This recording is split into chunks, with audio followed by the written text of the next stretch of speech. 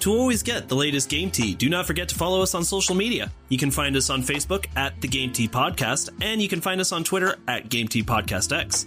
We post memes, gaming news, retweet friends of the pod, and of course let you know when new episodes are available for your listening pleasure. Links are all available in the description of this episode, so check them out after the show, and thank you so much for listening to the Game Tea Podcast.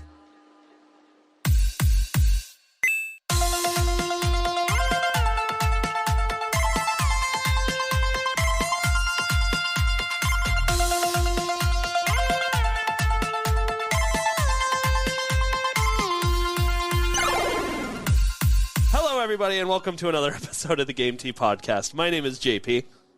I'm Zach, who goes second. And I'm Czar.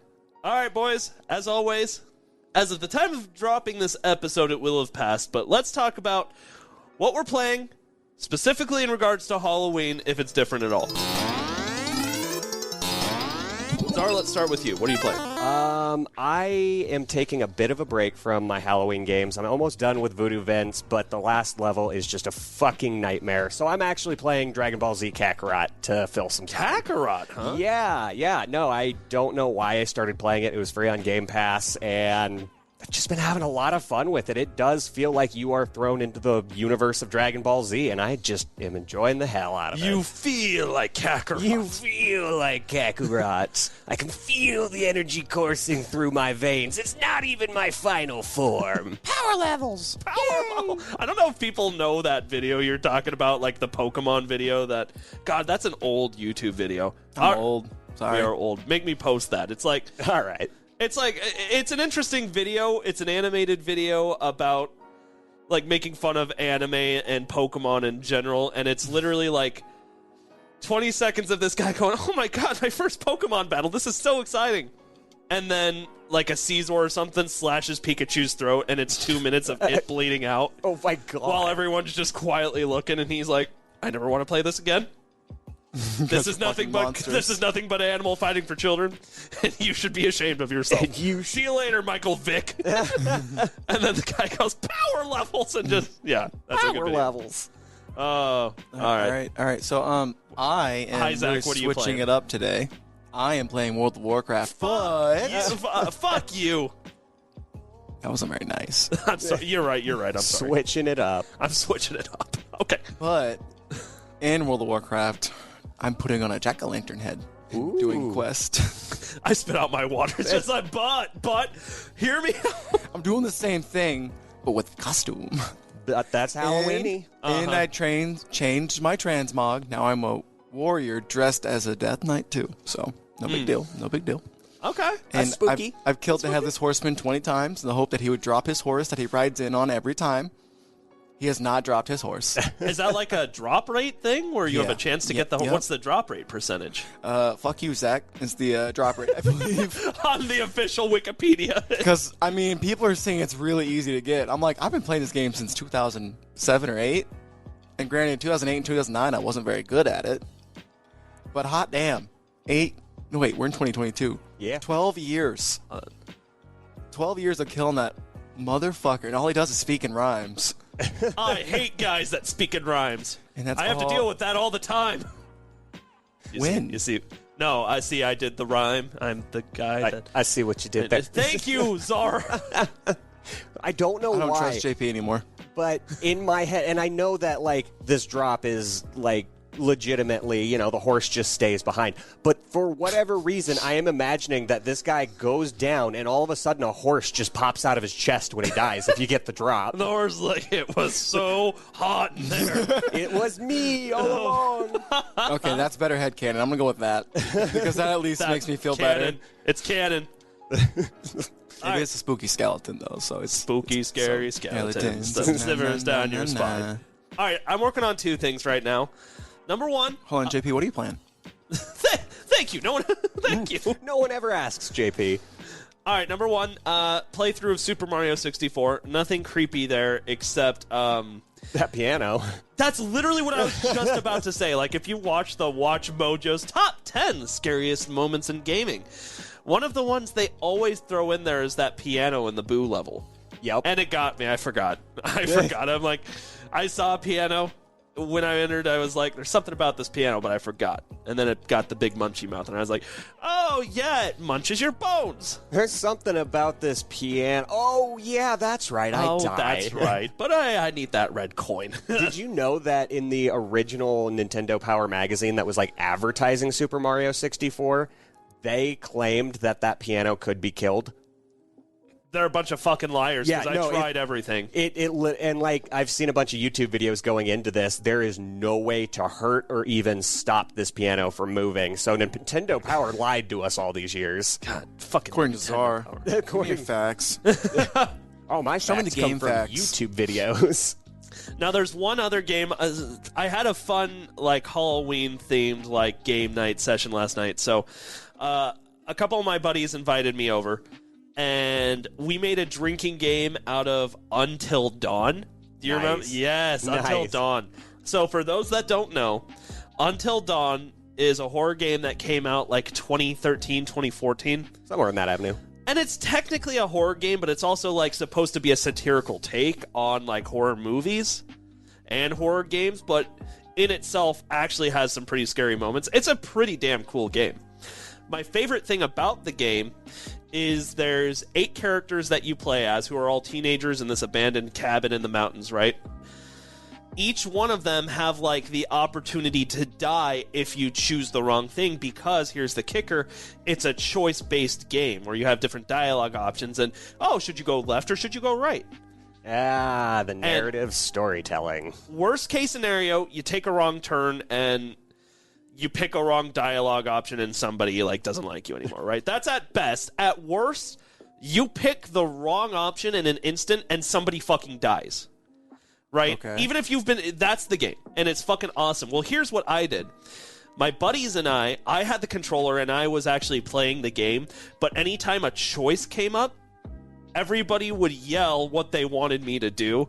Like, yeah, like, kill her! Like, Sounds kill her! terrible. Run! I would panic every time. Let her die. And here's the... If I choose something that's the opposite of what you wanted me to do, you have to drink.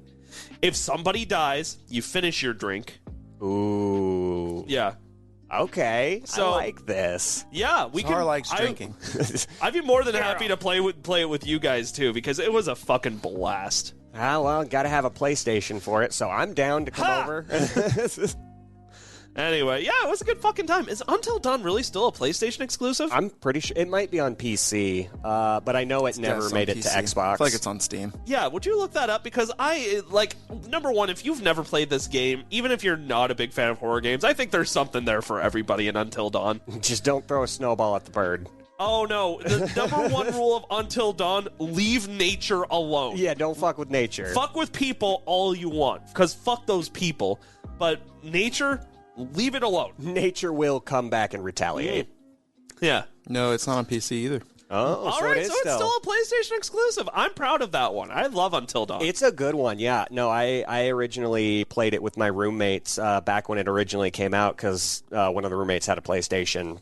Loved every minute, regretted every decision. Oh, yeah. I mean, I think it's a little unfair how well you could be doing with the character and then just one shitty wrong decision and they're fucking dead. I don't think that's fair. We but- never actually finished the game together as a collective roommate group because of that notion. We got like 3/4 into the game, and then the guy who owned the PlayStation's favorite character died accidentally. Which one was it? Do you remember? Oh, I know it was the scene where you had the Hayden flare gun. Panettiere. It's gotta be Hayden Hayden Panettiere. Panettiere's character? Yes. She's my favorite character too. No, it was one of the guys in the group, and it was like It wasn't when the you had black the guy, flare. was it? No, it was like the I blonde really want you to put that spiky. into context, please. No, it was the blonde spiky hair guy, Chris. Chris, yes. Well, in horror, it's a meme that within horror movies, and by the way, I didn't create this, I'm just saying, but it's a meme that the black guy usually dies first. Not since the 80s. No. Yeah, it's but most of the most ridiculous horror movies are from the 80s. That's fair.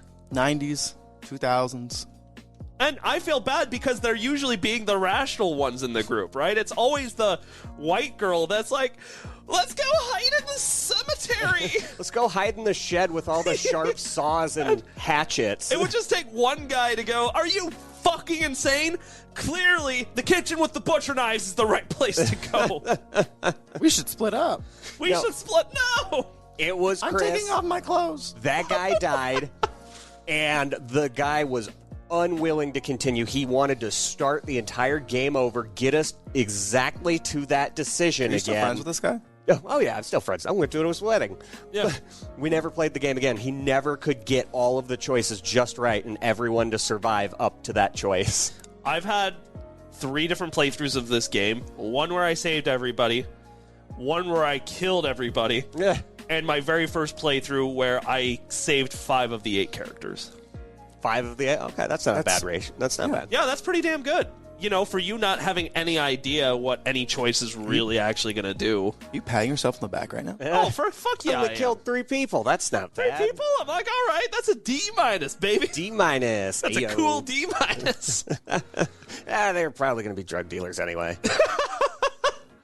All right, Czar, what are we doing in today's episode? What are we doing in today's episode? It looks like we are talking a lot about Bayonetta controversy, and then we'll be going into The Witcher. We'll hit on some quick takes and some game releases today. That sounds like a good episode. So, Zach, let's talk Bayonetta 3, because I know you've done your research, but just to kind of give the context behind this, I have heard that the original voice actress for Bayonetta was not paid enough for her role as Bayonetta, and a bunch of other chaos ensued. So give us the TLDR of what's going on here, what the truth is, and what you think about all of it. Hello, everyone. My name is Zach. I'm a reporter. Hi, Zach. It's good to see you. Do you need a degree for being a reporter? I don't think so. Okay, so I'm be a reporter then. Okay. That's Self-proclaimed. Good. Good. Just know it's my self-proclamation. All right, so, Zach, what is going on here?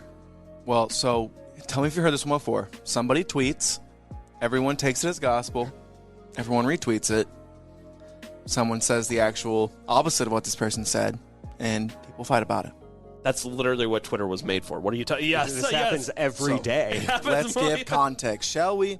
Helena Taylor was the wonderful voice actor for Bayonetta in the first game. In the second, Okay. she was not reprised for her role in the third, which led to some speculation as to, I think I even said it, time travel. Like, what happened to Bayonetta, whatever. Yeah, you took it in a video game canonical sense. Yeah. Turns out that was not the case. It was real life squabbles. Oof. So let me ask, why did people originally, how did they get this information about what's her name? The Helena Taylor.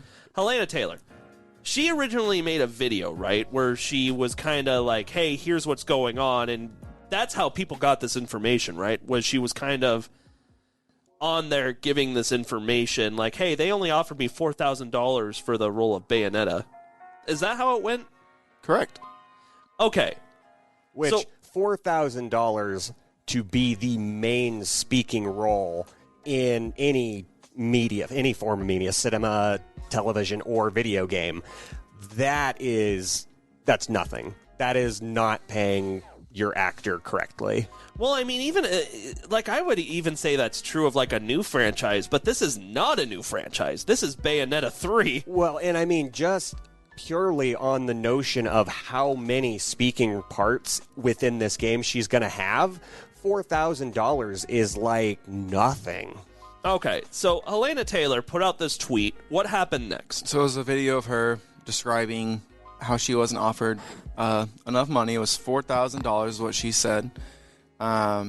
She declined it, and she asked that people would boycott Bayonetta 3. And so all the people came and, voiced their expression to defend voice actors, because let's be real, you're right, that's not a lot of money for such a highly esteemed role. So she did call for the boycott of the game, though. She did say that. That yes. is interesting. Wow, yeah. No, I did not see that one What's coming. more interesting is she called Bayonetta fans Bayo-Nutters, Bayo-Nutters. Nutters. and I don't like that. I don't like that one bit. I will never call myself a Bayo-Nutter. A Bayo-Nutter. That sounds like a snack or something, like a cracker. The Bayonutter. Yeah, the Bayo-Nutter. I figured that was for those weird Rule 34 people, but the Bayonutters. Oh, yeah. I was like, Ew. Elena, like, I get what you're saying, but you could have picked something better. Oh, did you have to say that? I just got the Bayonutter Like, thing. damn it. And it really looked even more incriminating on Platinum Games' part. Some people were blaming Nintendo, which, I mean, Nintendo definitely is a part of the process. But Platinum Games is really all Bayonetta is through. Well, right, because Nintendo's not going to be, like, involved with every step of the way of a game like this. End of the day, Nintendo isn't going to micromanage each and every IP they own. That's why they have development teams. Yeah, Golly precisely. gee, I mean, then nobody would get Metroid done. Yeah. No kidding. Metroid's not going to get done anyway. Good point.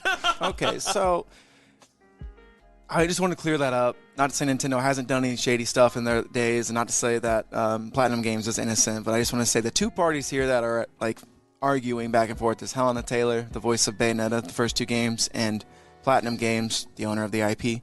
Hideki Kamiya, then the owner or the CEO of Platinum Games, tweeted out something that this was untrue and light will come to this. And he's known to block people, and so he literally one of those guys, huh? literally blocked so many people that Twitter, their bots, registered that he was a bot, and so his account was banned or temporarily suspended. Oh, man. Man, I didn't know it worked opposite. I knew that Twitter could flag you for being a bot if you followed too many accounts, but blocking accounts, that's pretty funny. Yeah. I didn't know that either. So yeah, I got to learn a little Twitter etiquette there, and so that made Platinum Games look incredibly bad. Hideki Kamiya has a very known reputation of just saying it as it is. You know, one of those people, and not being very PC about it or whatever. And so he's been known to do that. And so this was just kind of the extra step, kind of a normal thing you would think he would do, and it just led to him being blocked and making Platinum Games look even more guilty. So I think the other thing that was working against them in this entire case was who did they pick as the person to replace Helena Taylor? And they picked Jennifer Hale. Do you guys know who she is? I know she's pretty big. What else does she voice? I know she's big. Wasn't Jennifer Hale also the voice of Princess Peach? I feel like Is we've that had true? Jennifer Hale as a trivia question, like in the Peaches era. I don't know. Fact checker. She's pretty big. I'm on Wikipedia, the best thing for facts, right? Yeah. So she's been in game franchises such as Baldur's Gate, Mass Effect, Metal Gear Solid, Bioshock Infinite, Metroid Prime, Oh my- Overwatch, Star Wars Knights of the Old Republic. Holy shit. In 2013, I was just doing that to be funny, because she was recognized by Guinness World Records as the most prolific video game voice actress. Wow. I mean, if you're replacing the main cast, that is a powerhouse to replace them with. Like, one of the most esteemed and established voice actors in the industry. Well, the reason why I'm asking is because in this part of the story, a lot of people basically kind of saying, okay, you got rid of Helena Taylor with this really low ball amount for doing Bayonetta 3, which nobody would which nobody in their right mind would take, who's like a good voice actress. And then all of a sudden they're like, oh no, you won't accept the offer? Oh geez, right? And then brought in Jennifer Hale. Like, a lot of people have speculated that this was all a ploy to get Elena Taylor to step down in her role and get somebody with more like ethos into the role of Bayonetta for Bayonetta 3. Well, and That's just the speculation. I'm not saying that's true or not. In fact, I think Zach has like something to say to combat that. But what are your thoughts? Well, that just, it screams what you see is what you get here. Like, it really does sound like the company purposefully lowballed Helena Taylor, and they had Jennifer Hale already on deck to replace Helena Taylor. It sounds calculated and purposeful, like the lowball. Now, I have a clear reason why this clearly isn't the case. And the reason is because if you are simply a voice actor or voice actress, you're not really that famous in the eyes of video gamers anyway, right? Like, no one's like, oh my god, the Jennifer Hale? And let me point you to this. If this were true, why would they take Charles Martinet away from the role of Mario in the Mario movie? Because if it was just about but it's a video game movie. Yeah. I think you can make the parallel, right? Like, if it were literally just about, like, namesake, right? they put Chris Pratt in the role of Mario because they knew that was going to get people there. Whereas, like, because Chris Pratt's a huge actor.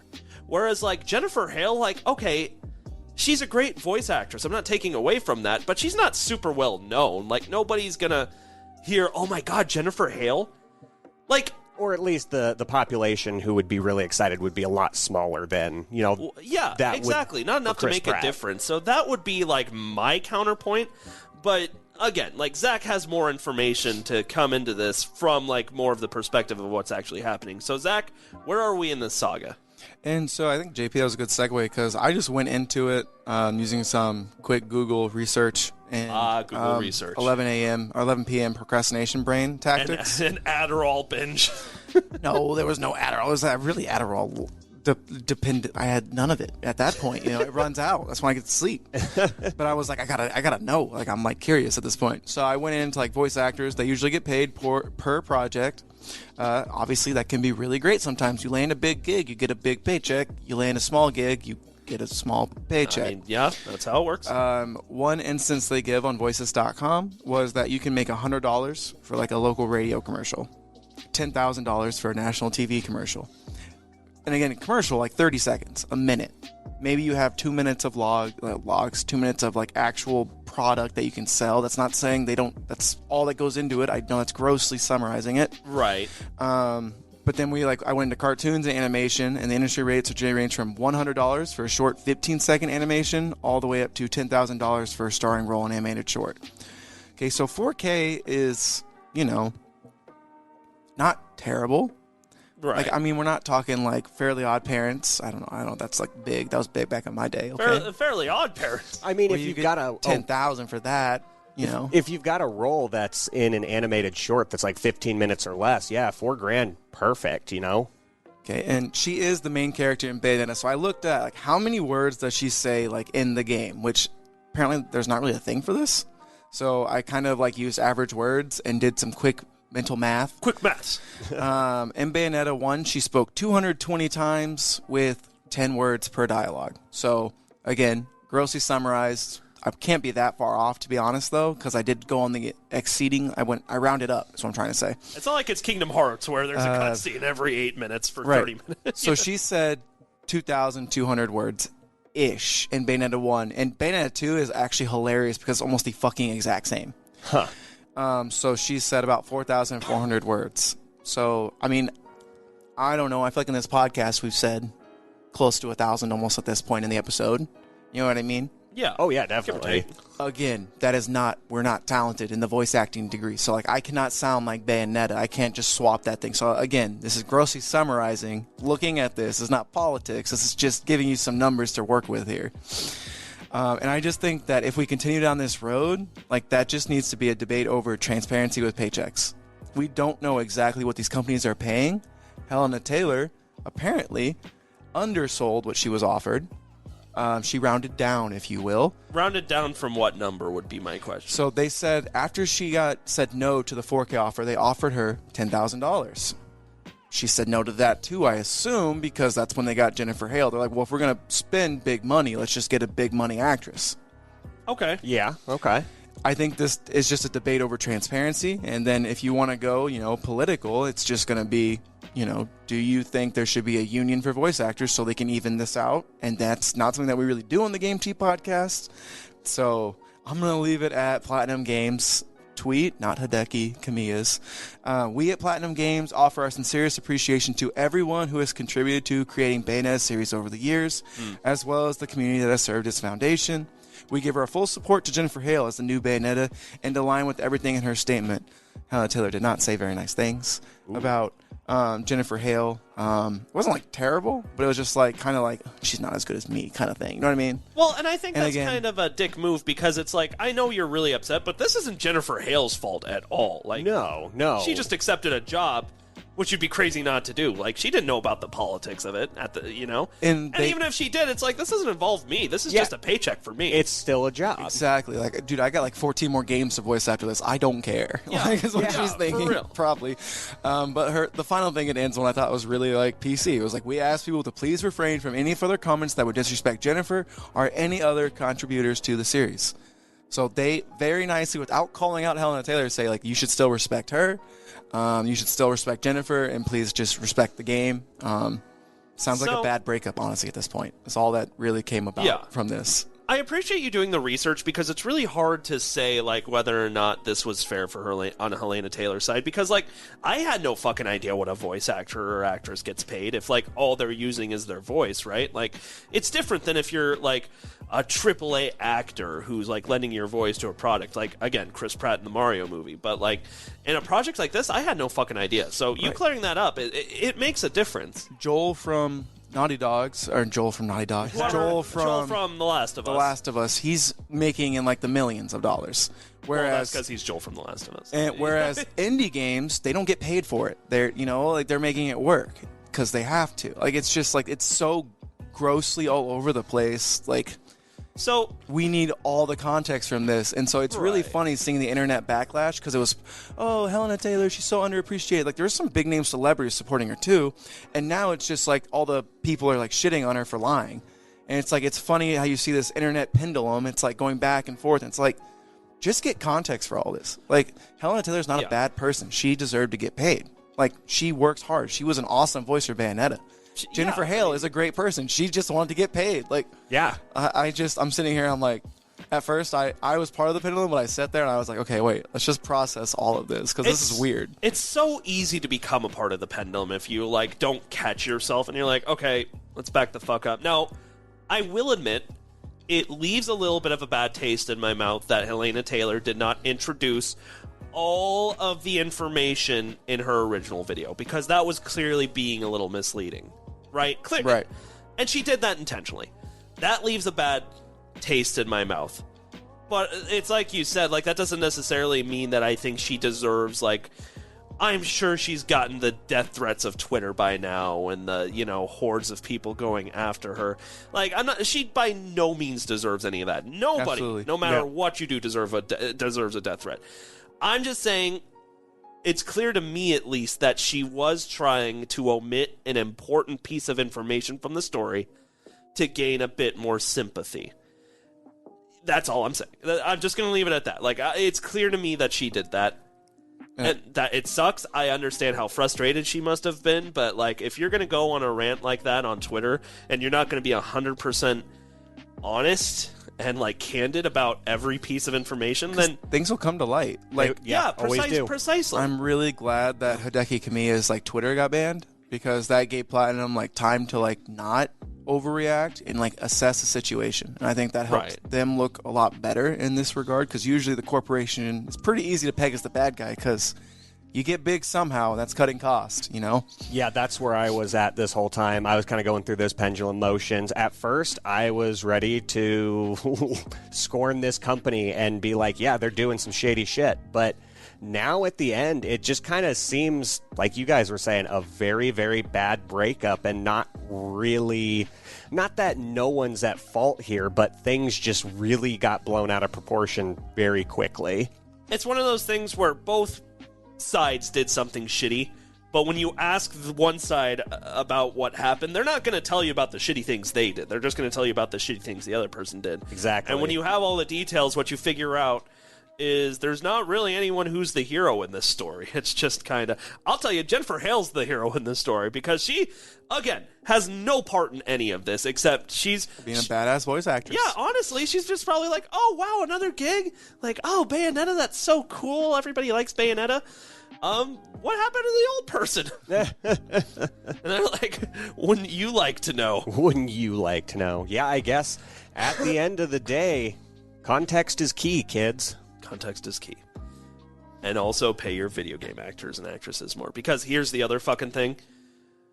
They could have paid her more. They totally fucking could have if she wanted more money. I mean, we're talking about Bayonetta fucking 3. It's so popular we're on 3. It's in the fucking title. Yeah, I don't want to get too in the weeds here, but I do think that how successful a series is by the third iteration should dictate, you know, contract payouts. Mm-hmm. Yeah. I got nothing I can say that won't get political, so retweet. All right, All right, next Zach. up. So we had a pretty big announcement, which honestly, I thought this was really good because I thought if they didn't do this, it would have got leaked. So CD Projekt Red sent out a tweet where they announced they have a new project they're working on, so I'll just give you the tweet. The Witcher is where it all started for us. For CD Projekt Red, you know, Cyberpunk 2077 of fame. Oh, I know. That company. It was the first game we made, ever, and it was a big moment for us then. Going back to this place and remaking the game for the next generation of gamers to experience it feels just as big, if not bigger, says Adam Badowski, head of Studio CD Projekt Red. Collaborating with Fool's Theory on this project is just as exciting as some of the people there have been previously involved in the Witcher games, so they got a company they feel comfortable with. They know the source material well, they know how much gamers have been looking forward to seeing the remake happen, and they know how to make an incredible and ambitious game. And although it will take some time before we're ready to share more about and from the game, I know it'll be worth the wait. So the TLDR is they're remaking the original Witcher game. Yes. Okay. What console was that originally on? Like, or at least generation, like 360? Yeah. I want to say it feels like such an Xbox title, but I don't know for sure. Zach, what do you got? The original Witcher. It says PC. I'm pretty sure it's just PC. It's 2007. And Microsoft. So, PC. All right. So the original Witcher came out for PC then. Okay. So In 2007. So it's not like The Last of Us that got re-released in 2015 well, I mean, here's the thing. and then got a whole new remake Yeah. in 2022. All of us are 27, 28 years old, right? So I'm dying. we are. But also, like, here's the thing. When you put it in terms of what year, like, I don't know about you guys, but I'm like, 2007? Oh, so like, what, 5 years ago? Do you Yeah. ever think that to yourself? All of the time. And then I cry a little. Yeah, I cry a lot. No, honeys. This was 15 years ago Yeah. that The Witcher originally released. So, you know what, a remake? I mean, for fuck's sake, we got a remaster of The Last of Us less than a year. Yeah, no, I think it's about time. I mean, everybody loves The Witcher 3, so why not go back to the origins? All right, so the big question, and this is especially crucial since Peaches is not here, who's playing it? Well, I'll play it. I like good games. I do too. My fear is that because of how spoiled we were with The Witcher 3, going back to the original Witcher might make it feel a little bit underwhelming, I will say.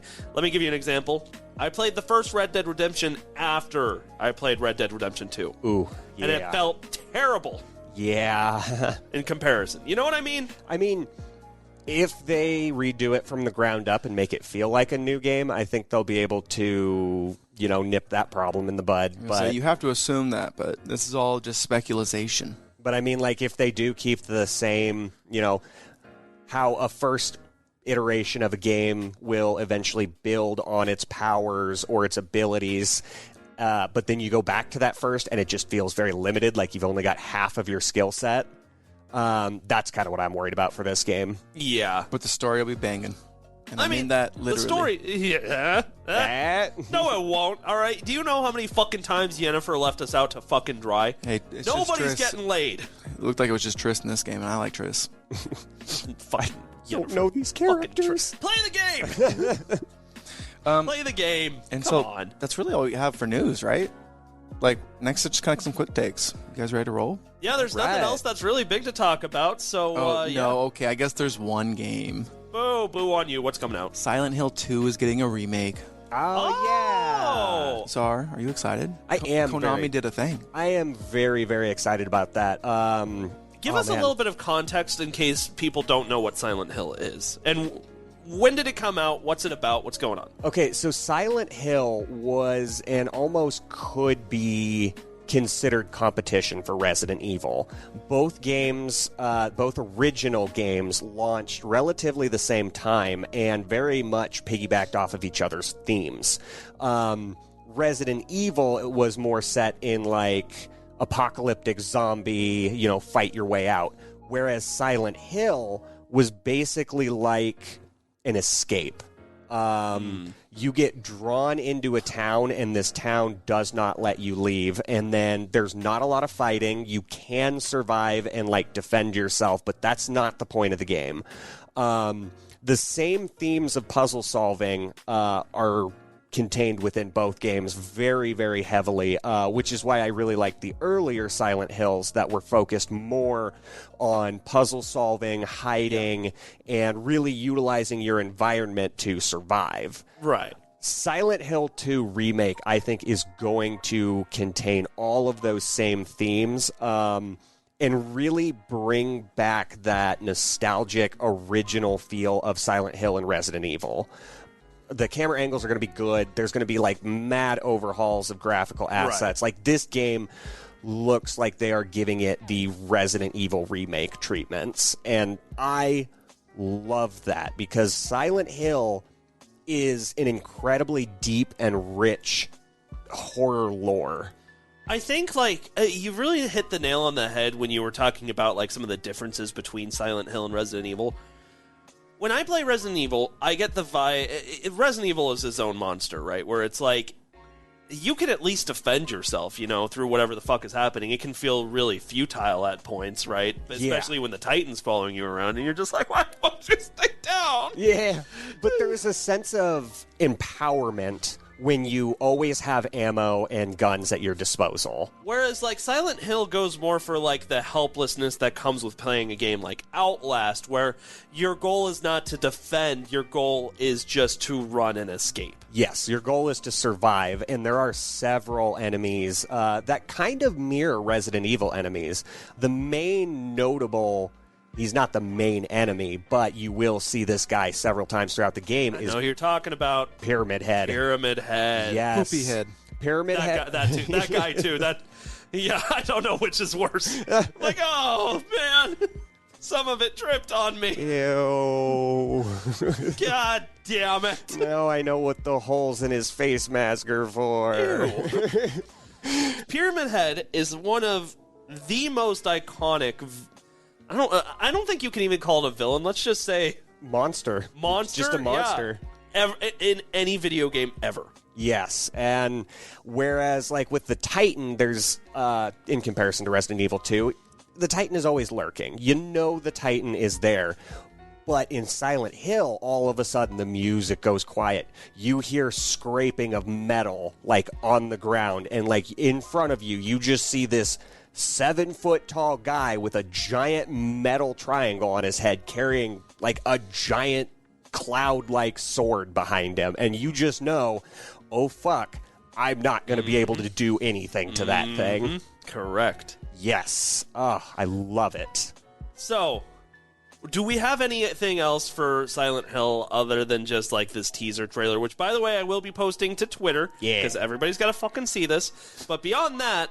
What do you think of the newer trailer? Like, what do you want to say that we haven't said about it yet? It looks like the original. It looks very close to the representation of the original in a modern era, and I think that is incredible because that story needs to be told again.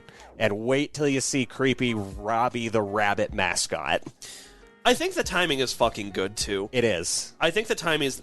Like, if you think of Resident Evil, there's not a bad, quote-unquote, Resident Evil game. 6. Really? You think so? 6 is god-awful. The one you punch a rock? No, that's Resident Evil 5. Oh, that's Minecraft, bro. But yeah, that rock punching scene was really dumb.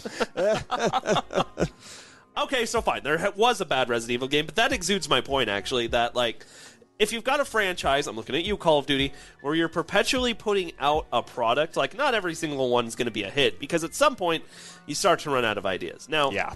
Resident Evil picked their fucking game up with 7, which was Biohazard, and one of my favorite Resident Evil games, like, that game was outstanding. Oh, phenomenal. And then Resident Evil 8, even better than 7. Yeah. You know, but then we get Silent Hill, who's been dormant, ironically silent for quite some time. And now we've got a new product coming out, which means our expectations are high, right? Definitely, especially for a franchise like this. And I really think, yes, like you said, the time is perfect because Resident Evil has been making moves left and right. And when you look back in the 90s, the mid-90s, those two IPs were side by side. It was like, you want to get your scare on? What's your poison? Silent Hill or Resident Evil? And so I think Silent Hill taking a page out of Resident Evil's book and remaking their original games to the caliber that Resident Evil's been doing, it's gonna bring a revive to this entire franchise as a whole. If you're the kind of person who likes horror games where, that actually instills fear and where you feel like there's nothing you can do, like Alien Isolation, like Outlast, like, you're going to be a Silent Hill kind of person, too. Absolutely. This game just oozes scariness. Like, what Silent Hill does differently and so much better than Resident Evil is Silent Hill sets a scene. You are plopped into a deserted town that used to look lively, but you can't see like more than 10 feet in front of you because of this weird fog. The fog, I remember. The perpetual fog that stays there. And so, like, you could be walking, minding your own business, and all of a sudden, out of the shadows, like, 6 monsters come at you because you weren't paying attention enough. Mm-hmm. And it's terrifying. There is just an overwhelming sense of perpetual dread with Silent Hill. God damn it. I'm really excited for this. Even the trailer, like the teaser trailer or whatever, was fucking terrifying. If you're... What's the name of the fear of holes? Apophobia, I believe. I wrote it down. Yeah, apophobia? Apophobia. Okay. If you've got apophobia, which I think you do... I do actually have it. Like, this trailer's going to freak you the fuck out. If you have the fear of people's faces melting off, what's that called, Zach? Oh, I think you're getting into the second piece of news here. You're talking about Silent Hill F. Yes. The other that's right. piece of Silent Hill news You that don't we've got even today. know you're Silent Hill. So there was another trailer, a new announcement from Konami. Tell us more, Zach. They released a trailer for Silent Hill F, in no relation besides name to Silent Hill 2. Damn, the only one here taking an F is me. Or no, Lols. that's an L. Damn, I'm taking all sorts of M's today.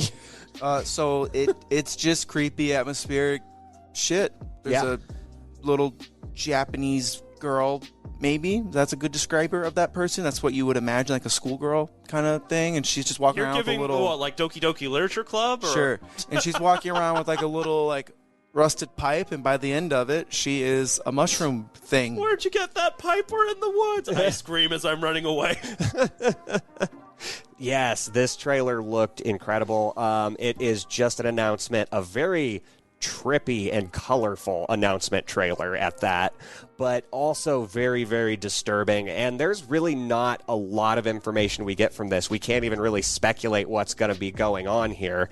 But it looks like this girl who succumbs to all the natural flora around her is going to be what you're running away from the entire game. I get a very strong negative feeling of Silent Hill PT. I get that's PT bold vibes from to say. and not in the sense of how spectacular and how phenomenal it could have been, but I'm just worried that this is going to be lost to the test of time and eventually dumped and forgotten. For how cool it is, it just doesn't look like there's any direction whatsoever to it. I feel like we can never have a horror conversation without talking about PT, because that's the biggest waste of potential I've ever seen in a video game in my entire life. I think Konami's going to continually and perpetually kick themselves over PT. Fuck, man, that sucks. And yeah, I'm kicking myself because I remember a time where I could have downloaded that to my PS4 for free, and I just didn't get around to it, and then one day it was gone. Yep, and then it just doesn't exist anymore. All right, so the last question before we move on to quick takes I have for you, Czar. Why do you think Silent Hill took such a long hiatus? I think loss of interest. I think they made a few bad calls. They put a lot of eggs in the PT basket and then just abandoned it. I also think Konami's been working on several other projects in the meantime, and Silent Hill has just kind of fallen by the wayside. The last time we really saw anything Silent Hill was late 2000s, like 2009 to maybe even 2011. And there was like a new movie that came out, and like Silent Hill Homecoming and some other Silent Hill game. And none of that media was very well received. It was very mediocre, and so I think they just kind of shelved the entire franchise for just a few years. Well, all right. That's just my take on it. Well, I'm really happy they're giving it a resurgence. I can't wait thrilled. to play it. Yeah, no, I'm thrilled. All right. Who wants to kick us off with some quick takes? I guess I do. Yay! Today, there was a new announcement. Not today. Whenever you guys will read.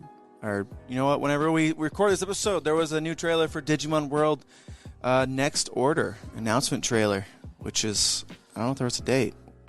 Czar and I, we fought over what makes an announcement trailer, a teaser trailer, and more. So Digimon is something I never personally got involved with.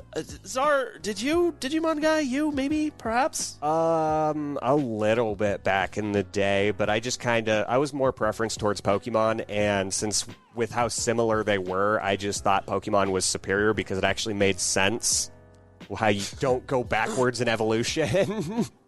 I mean, none of it makes sense. No, not a goddamn thing makes sense, but no, my preference is always Pokemon, but a little bit of vested interest. Not much. Well, yeah, excited. And so the announcement trailer does say the release date, which is February 22nd, which, what a good time to come out. After Pokemon hype has died down, kind of knows its audience and knows it's kind of the lesser, so I think it's a pretty fun series. It's a good RPG to just kill time with, and you get to see cool little Digimon. I'm happy for everybody that's excited.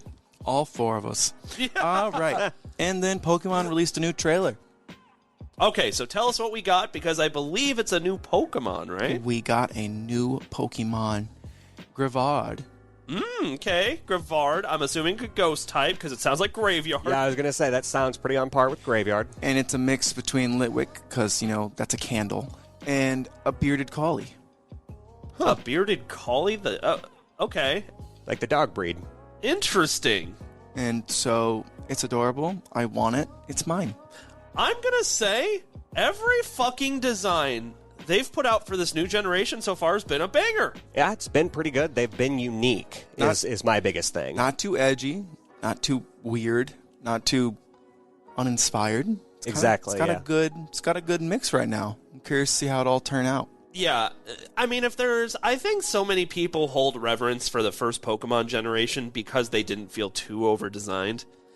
And I would argue that that's not completely true, and in fact, like, if you look at, like, Gen 2, Gen 3, Gen 4, that's where it started getting a little bit more into the weeds, but Gen 5 is where I think most people were like, this is getting ridiculous. Oh, absolutely. Once you start getting shut your mouth. Pokemon designed based on desserts. Yeah. Like, I don't like that's everybody's favorite to go off of. But not to say Gen 5 didn't also have some hits, because Litwick, funnily enough, was a Gen 5er. Wasn't Garchomp also a Gen 5er? Gen 4. Gen 4. Okay. Another reason why Gen 4. Okay. Supreme. Anyway. Right. Yeah. Shut up. Anyway.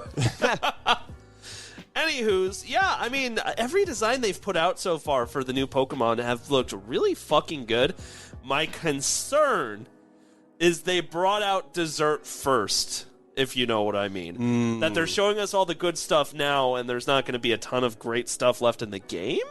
But that's not really unfounded on anything, to be honest. It's just kind of like, although I really feel like, especially recently, when Pokemon hypes up their new generation, they give you, well before the release of the game, all of the information about all the new Pokemon. Like, I don't think I've gone into a new Pokemon game and been surprised about what this new Pokemon looks like. Yeah. Because they showcase everything new. I mean, yeah, they leave some surprises, but I mean, honestly, like, from what we've seen for Scarlet and Violet so far, whether it's like the world building, the Pokemon, different mechanics, except of course the stupid fucking hats. Yeah, that is weird. Right? Like, I don't think it's going to be that different from Sword and Shield. I don't think so. I mean, well, Sword and Shield was such a success that, like, why break what's not broken? But you could apply that same logic to any game for Pokemon in the last decade, though. Well, it's true, but, like, all they really need to do is throw in a new gimmick and then do everything else the same. Can we just get Mega Evolutions back, please? Oh, I would love Mega Evolutions back. That was much better. Although, a lot of people didn't like the Mega Evolutions because of the Pokédex hinting at how painful and torturous it is to submit a Pokemon through Mega Evolution. Like, it's not about them. It's Mega Aerodactyl's Pokédex entry is awful. Like, really? Yeah, it says while it Mega Evolves, its screams of agony can be heard miles away. I did not fucking know that. Yeah. Pokemon's always been dark. Also, this is not what I thought a quick take was going to be like. So I'm going to go to upcoming game releases. All right. Oh, yeah, Graveyard. Graveyard? We're going to say it wrong anyway. It's going on my team, unless it's an exclusive, in which case, one of you assholes better give me my Pokemon. Nah. If you don't give me yours, I'm not giving you mine. We'll see who has the cooler exclusives. All right. Fine. All right, It'll Zach. cost you about $350. $350. I need about $350. All right, Czar, can you talk? Keep All talking. right. So, upcoming game releases. On October 28th, we have Bayonetta 3. Also on October 28th, we have Resident Evil Reverse for the PC, PlayStation 4, and Xbox One. Resident Evil Village Shadows of Rose DLC, which looks really good, coming out for the PC, PlayStation 5, Xbox Series, PlayStation 4, Xbox One, also on October 28th. Still on October 28th, we have Call of Duty Modern Warfare 2 for the PC, PlayStation 5, Xbox Series X and S, PlayStation 4, and Xbox One. And no, that is not a remake. It's supposed to be a new game. It is, yes, it is. I know. We know. We know. We hear you out there. On November 4th, we have Harvestella. And on November 8th, we have 2 games coming out. We have Skull and Bones and Sonic Frontiers. And finally, you know what it's coming out for. On November 9th, we have God of War Ragnarok. All right, so hype up. I'm going to be honest. God of War Ragnarok we know is going to be good. God of War Ragnarok we know everyone's looking forward to. I don't have anything to say that I have not already said. But Sonic Frontiers I cannot say the same for. We have presented some information about this game that could lead some people to believe it could be good or it could suck. Yeah. So now that we know what we now know, now that we've seen more trailers, now that we're more informed, video game commentators, how do we think Sonic Frontiers is going to go? Zach, what do you think? I'm an optimist, JP. I know you are, buddy. I don't think it's going to do great. Really? I think it's nice. I'm excited to see it. They just burn me too many times. I'm sorry, buddy. But maybe I'm wrong. I hope I'm wrong. I really do. I hope you're wrong, too. Fuck you. Okay, so what was the last Sonic game? Was it Sonic Colors?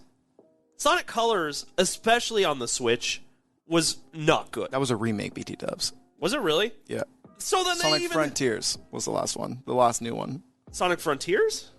No, shit, I'm dumb. Sonic. That's the new one coming out. No, it was That's like, coming Sonic. out. What? Sonic Forces. Sorry, it wasn't an F word. Forces. Sonic Forces. Okay. Sonic F word. Sonic Forces I heard was okay. It was mid. I mean, even from an Optimus point of view, saying that you don't think that it's going to do that great, that's surprising to hear. All right, what about you, Czar? I'm in the same boat as Zach. I think it's just going to be mid. I think the game is going to pull off and do what it wants to do very well. And it's going to be a great game. I just don't think the Sonic hype is going to carry the sales enough. I think that people are going to wait for this game to go on sale, or they're going to get it, like, really, really discounted, and that's when this game is going to make sales, but not on launch. Okay, so now that Czar's agreed with me, I change it completely. This is going to be Of course. an amazing game because, you know what? Sonic the Hedgehog 1 and 2, they've been fire. You mean the games? The movies. Oh, the movies? I thought the second one sucked. I like the second one. Well, I thought you said it just piggybacked on the first. Did I? Maybe. I don't know. I mean, I need to pull up the receipts, because I don't know what my opinion was then, but my opinion now is it was a good movie. I've enjoyed the Sonic movies. I think they're fine. Yeah, and that's what I think about this game, too. I think it's going to be fine. Okay. I think it's going to do fine, and I think it's going to be fine. I think I'm going to, if you guys are putting it more in that mid category, I think it's going to be slightly above average. Just above average? Just above average. I think it's going to suffer from a lot of the same issues a lot of open world games do, in that the world can feel really empty. But, a lot of other games with open world don't go off the Just fact... like the real world, am I right? Correct. But also, if you're thinking Breath of the Wild, sure, sometimes the world felt empty, but Link was going at a cool 5 miles an hour. If you're Sonic running everywhere at the speed of sound, you're gonna notice that this place is kind of empty. Yeah. Nothing here. Huh. Yeah, and my other big concern about Sonic Frontiers is it's going to be short, like Kirby and the Forgotten Land. I don't necessarily always have a problem with it being short. If the content that's in it feels fleshed out. And I mean, also as long as we're not talking about like 4 hours. Yeah. If it's like, I mean, short 10 hours, I'm like, fine. Short in today's comparison of video games is like a 10 to 12 hour playthrough. That is what's considered short. Whereas like back when we were talking about Banjo-Kazooie, that's a 6-hour game, and that was considered a pretty standard gameplay for the gen back then. I beat Sly Cooper, the original, in 5 hours. Like, Exactly. 100% in it. Exactly. So, I mean, I guess it's kind of moot talking about how short it actually is, because you could probably extend gameplay with finding all the random shit and all that stuff, but I don't know. I think it's time for Sonic to make a new name for himself, and I really hope this goes off well. I just don't have the hope that I thought I did for it. That's a shame, boys. I really hope it proves us wrong. I really do. But here's the thing with Sonic, even if this game is fucking fantastic, that's not to say the next game isn't going to be booty. Yeah. You know what I mean? Like, it's so up and fucking down. All right, boys. Do we have anything else to go over before we get out of here for the day? Think that will do it. By the time everybody listens to this episode, it should be just a couple days past spoopy season. It is, unfortunately. Get in the spoops while you can. Oh, I'm gonna let the spoopy season run the rest of the year out. Yeah, I was gonna say every day is spoopy season. Every day is spoopy season for me. Spoopy guy out. Yeah, spoopy guy out. All right. Thank you all so much for listening to another episode of the Game Tea Podcast. We'll see you in the next episode. You just got your game tea. Bye. A Huda Media Production.